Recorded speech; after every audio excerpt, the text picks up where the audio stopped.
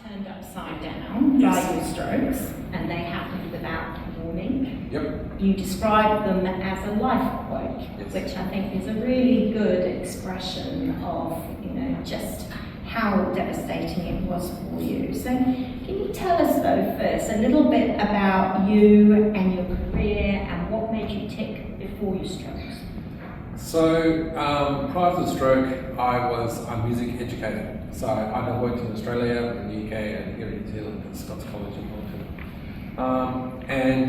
And that was great. I was busy. It was exciting. I had wonderful students, and I was really happy. And then at the beginning of 2021, I decided to stop full-time teaching and start my own business, consulting and working with music teachers all over the country to help them improve their music programs and also to give them some professional development.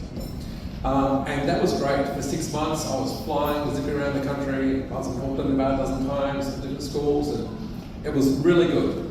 And at the same time, I was doing some composing mainly for schools and universities. And I had a few works performed in America at the time as well. I'm very passionate, obviously, about music and community music. So I set up some organisations for music within Wellington. I set up the Wellington Symphony Concert Band, the Wellington Band and Orchestra Festival, and the New Zealand Youth Symphonic Wings. So I really had my feet in music.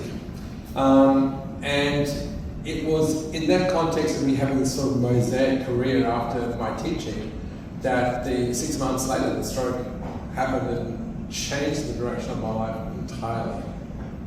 Wow. I actually did not know that you had quite so much going on before your stroke, and just how. That's probably why I had it. Well, we can talk about risk factors a little bit later, if you like. So it's been a long journey of recovery for you, and you were just talking at the table at lunchtime about how you had very little movement after your stroke down one side of your body, and that you had some incredible challenges to overcome. So do you want to talk to us a little bit more about that? Yeah, so I'll just go back a little bit to the when I actually had the stroke. So I had 2 strokes. I had a TIA first, and it was first thing on a Saturday morning. So when you least expect anything bad to happen. And I got up and I was feeling a bit dizzy and I felt a bit off. But I thought, it's a coffee. I've got to have a coffee, that's all it is. So I go downstairs, start trying to make a coffee, and I suddenly realised, because I'm right-handed, that grabbing the cupboard handle seemed very difficult. I couldn't find it in space. And I thought, well, that's a bit odd, I must really need the coffee really bad. So I forced myself to get the cup out, go to our coffee machine, went to press the button, and I had no strength to press the button, and then I knew something was going on. So I woke up my husband Sean, who's here with us today, and coming out of my mouth was like boom, boom, boom. So we went straight to the hospital at 7 o'clock in the morning, and I was admitted. They weren't sure I was having, well, no, what was happening, but everything resolved within an hour. And so back to normal, great. Go and see the GP on Monday, no worries. Just as we were leaving and getting the paperwork, I had the other stroke. And that was a big one at that time. And again, they weren't really sure I was having it because I wasn't displaying all the symptoms. All that was happening was my arm was drooping and drooping and drooping and drooping. And my speech was getting slurred like I'd had too many whiskeys. So by the time they did the MRI, I'd gone outside the window for the anti-clotting drug. But that was having a stroke. Then, in terms of the challenges of recovery, I got because it was close to Christmas. It was November 26, 2021. So it was fairly close to Christmas. When I was discharged 10 days later,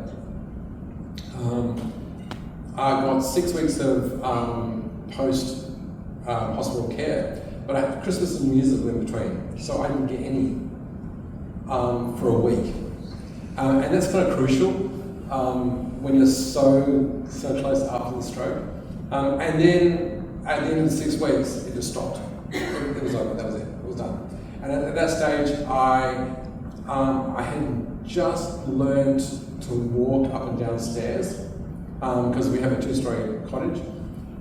So I was able to walk up and down the stairs, and I was still needing help, like showering and drying myself and preparing food and stuff, because I was having to use my left hand for everything, and left hand when you're trying to eat spoon in the face all the time. So, and brushing teeth was, I didn't want to go there. Yeah, it was after that 6 weeks, and I had no movement in my arm. So they basically said, look, you're not going to get rid of it, mate. Just accept the fact that it's not going to move anymore. And I had to then sort of work myself and find ways of rehab myself and find my own rehabilitation after the 6 weeks finished. So that was very challenging. I used a lot of things I used in teaching musical instruments to help me learn. One of the things that I did was musicians often practice without the instruments, so we'll read the music and visualize playing. And so what I did was visualize my arm moving, and then visualize my hand moving. And it took weeks and weeks and weeks, and eventually it was a yawn that woke his arm.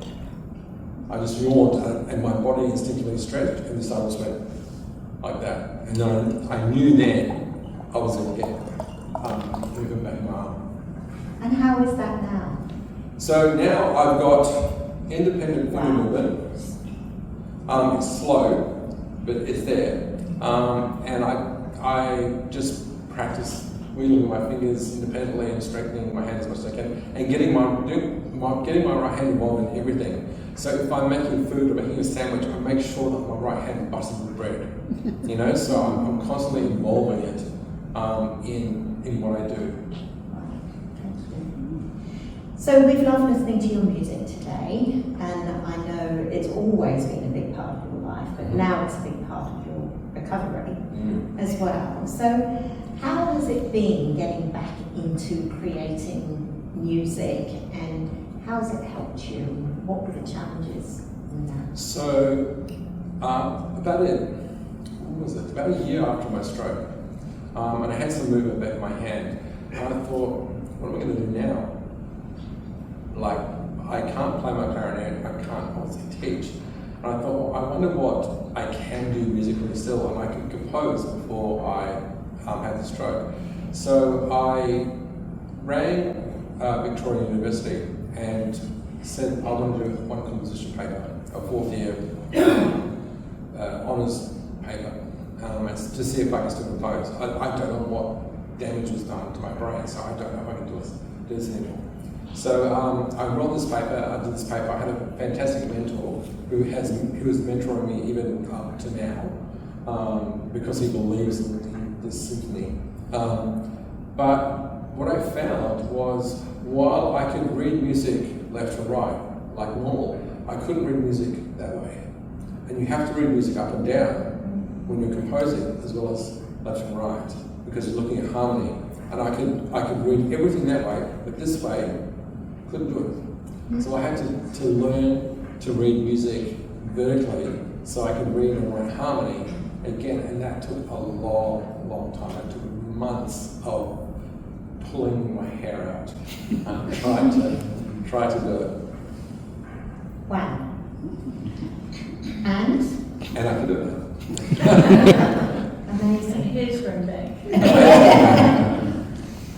So talk to us about the inspiration for your symphony. So I knew that I wanted to share my story from the very first week I was in hospital. Like, lying there in my hospital bed, I thought, I guess it's the teacher in me. I want to share the story. I want to write about my experience. And so I made sure that I recorded like everything that was happening and what I was thinking and feeling in those first few weeks. And then I started writing, it was after about a year, I started writing the memoir. of the stroke. And it's almost finished now. It's not quite ready for the publishers yet. And that was hard because I had to go back and sit in that day when I had the stroke. And if you've had a stroke, you know what that day is like. And so it was very hard sitting in some of those things that happened. There was some horrible but hilarious things that happened in hospital, which I won't share here with this polite crowd. But if you when I finished the memoir, it's in the memoir, so you can read a lot of it. So it was very humiliating, but it was so funny. And then when I did the composition paper, I wrote a piece called The Weight of Sorrow, because at that particular time in my recovery, I was really feeling the loss of what I couldn't do anymore. And that was weighing me so heavily, just the grief of that. And so I wrote this piece, The Weight of Sorrow, and then, which is actually the third movement in the symphony. But when I'd done that, and I got the feedback from a mentor, Dave Lissick, I was encouraged then to turn it into a larger work. And so then I built a playlist of music to listen to and get some inspiration from Prokofiev. And film composers, I write very cinematically. It's not my style to do that, I just do it instinctively. So I listen to Howard Shore and Max Richter and a lot of 21st century composers. And yeah, it's like all these composers got together in a bar. This is my symphonic memoir. And what the symphonic memoir relates to the written memoir. So, for example, when you read the prelude in the book, and you listen to the prelude, then afterwards it makes sense. If you read the first section of the book, which is The Gentle Assassin, which is about the stroke, they relate to each other. You can hear in the music what's happening. So it's almost like a score for the book. It's interesting that you use the word grief, because when my mum had her stroke and I was 19 years old, I couldn't cope with what had happened, and nobody explained to me at the time that feeling of grief, because Mum didn't die, and so that was something that nobody talked to me about it. And it was in the days when counselling wasn't available and things like that, and only Americans had counselling. Didn't do that in England, where we have a stiff British upper lip. And it was interesting, when I came into this role at the Stroke Foundation, as it was then, now Stroke Aotearoa, we have a really big book, which I'm not sure anybody reads cover to cover. I might be the only person who's ever read it cover to cover. But it's about life after stroke. And in it there's a big section about grief. And when I was reading it, it was like I was transported back to being a 19-year-old again. And I had all these incredible aha moments reading it. And I so wish that it had been out there at that time, and that people were prepared to talk about grief in relation to a stroke. Even when the person doesn't pass away, the grief of what was, and now the rebuild of what will be. And I think, being under retirement age and still working age, it was also the grief of the loss of my career, the loss of my musical abilities. There was, and also there's a neurological switch that happens when you have a stroke that gives you anxiety and depression as well. So there's all that to sort of deal with, and on top of that, you don't get grief counselling after you get a stroke, which seems to be the logical thing. Like, it should be the first thing that they do, is put you hook you up with a counsellor. Yeah, absolutely. So you've talked a little bit about your book, I Am. So can you tell us a little bit more about that and the connection of that to the symphony? Yes, so the book is called, the book wasn't originally called I Am, but once I started writing symphonic memoir in A minor, I realised that Symphony number 1, because it's my first symphony, in A minor. Like 1 a.m. is I am. So that's how it came about. Originally the book was called That Time I Had a Stroke. So, I like I am better. yeah. And it's filled with anecdotes as well of my life that relate to the stroke. So it's not only about the stroke, it's not a heavy tone. There's a couple of chapters that obviously are, but I do like a little warning at the beginning of the chapter saying this is going to be heavy. So skip it if you want to. But it tells also the funny anecdotes from my life that relate to my experience, having a stroke or after the stroke. And that's actually something I learned from my dad. My dad was a terrific storyteller, like hysterical. And so I feel like he passed along, and I'm able to put that, channel that to my book. Beautiful. So, you're amazing, you're inspirational, and it's an absolute pleasure to know you. And I know from, my mum's stroke and my dad, that there would have been some very dark days in all of this. So how have you kept your flame of hope alive? Oh, well, the music and being creative is really what keeps me going. And doing lots. Like I'm not one for sitting back and resting, and that's really drives my poor husband crazy because he doesn't know, like, when I'm tired, I don't stop. So I think as I was writing the music, as I was writing the book, I was reliving all the experiences and able to process a lot more. And that gave me hope for what happens next. Because I think if I didn't have that, I don't know, I wouldn't know what happens next without being able to be creative. I think creativity is underrated. I think it's a wonderful thing if you have university to express the creativity, whether it's through painting or drawing or photography or poetry or music. I think that is a source of hope. So, thinking about that, the next 12 months, what have you got goals? I mean, you've gone back to doing some relieving teaching. You're close to finishing the symphony. So, what do you see for the next 12 months? Okay, so the book will be finished in the next 12 months. The symphony now, what you heard today was a demo. So it's not the completed work, it's not played by a live orchestra, that music was all electronic. And I'm now, this demo that you heard today was heard by Sir Peter Jackson and his wife. And they contacted me and said that they really loved the work and they'd like to record it. So they've given me their studio and John Neal. I just have to find the musicians to play in the orchestra. So at the moment, I'm now raising funds to get the film orchestra.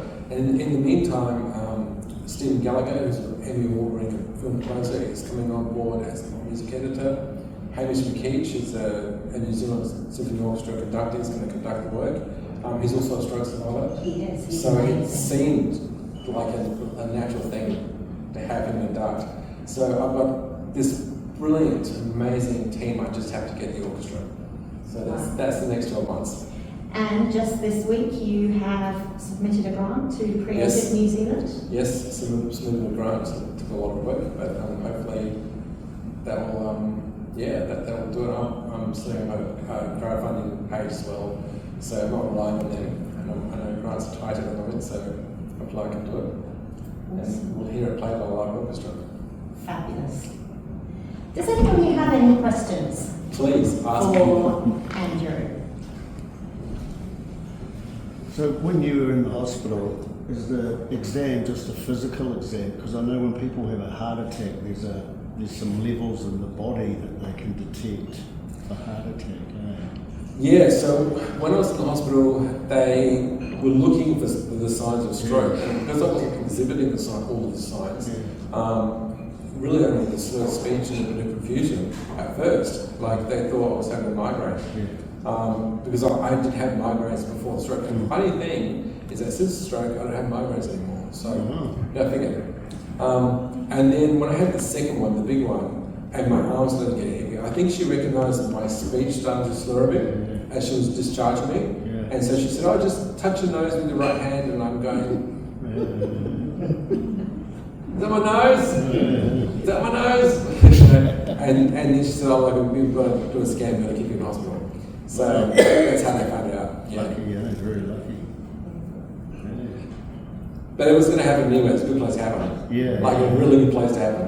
But like I say, in your mind, you felt totally cognitive, and everything was. That's the weird thing. It's like I was just looking around, going, "What is my body doing?" Like I don't feel any pain. I was alert. I just couldn't understand why my arm was so heavy. Because that's why it just felt really heavy. And then I think about half an hour or an hour after that, I just became incredibly tired. And I just fell asleep, and the next thing I woke up and I was in incredible care. So, So, question?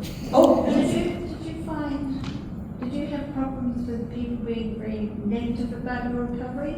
Did Yes. you have problems with people, to get about trying to use your arm? Yeah, so even in hospital, and I remember asking the doctor, like, will I recover? What happens to me now? And all the doctors say is every stroke's unique. And I wanted some hope. I wanted to be told that I could recover. And just that they couldn't say that. Like none of the medical team could say that. And this physio I had, she said to me, "Have you accepted the fact you'll never use your arm again?" And so I said, "Have you accepted the fact you'll never be a good physio?"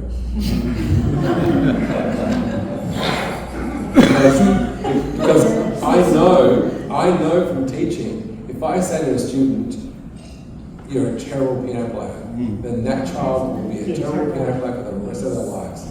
So you never ever tell a child or anybody else they can't do something. Because they can't then. That's amazing. And look, I think there's a lesson in that for all of us, whether it's related to stroke or not. And my mum always used to say, if at first you don't succeed, try again. And I think that's the hope that we have to have always, is that just because you leave with an impairment doesn't mean to say it has to be as it was when you left hospital and be that way forever. Oh, that's right. Do you have a question? I saw your hand up. Yes. This is my teaching thing. Did you want to write a book or compose a symphony prior to your... Yes. Yes, because that was all I thought I had. That was the only option I had open to me at that point. For the first year, composing seemed too far away. I thought too much cognitive load, too complex. I don't think I could do it. I really, didn't feel confident. But writing, even though it was with one hand on the computer, I could do that, and that's what I did. Yeah. To what ability can you now play your instrument compared maybe to prior to your stroke, straight after your stroke, and now? Okay, so prior to my stroke, I was really confident on my instrument. I could play really well. Straight after the stroke, forget it. I can only play the left hand. I couldn't even hold my fingers around the right. And now I can hold my clarinet, but my thumb doesn't quite yet rotate around behind it to hold it up on the thumb rest. But I can put my fingers on the keys on the front and make the notes. So I'm back to being a beginner clarinet player, but that's okay. Even today, for the first time since the stroke, I was able to clap. I suddenly found that this arm was responding, and I could actually applaud with everyone else. And that just goes to show, 3 years on, I'm still making improvements, and I'm just, because as I always say, if you move it, you can improve it.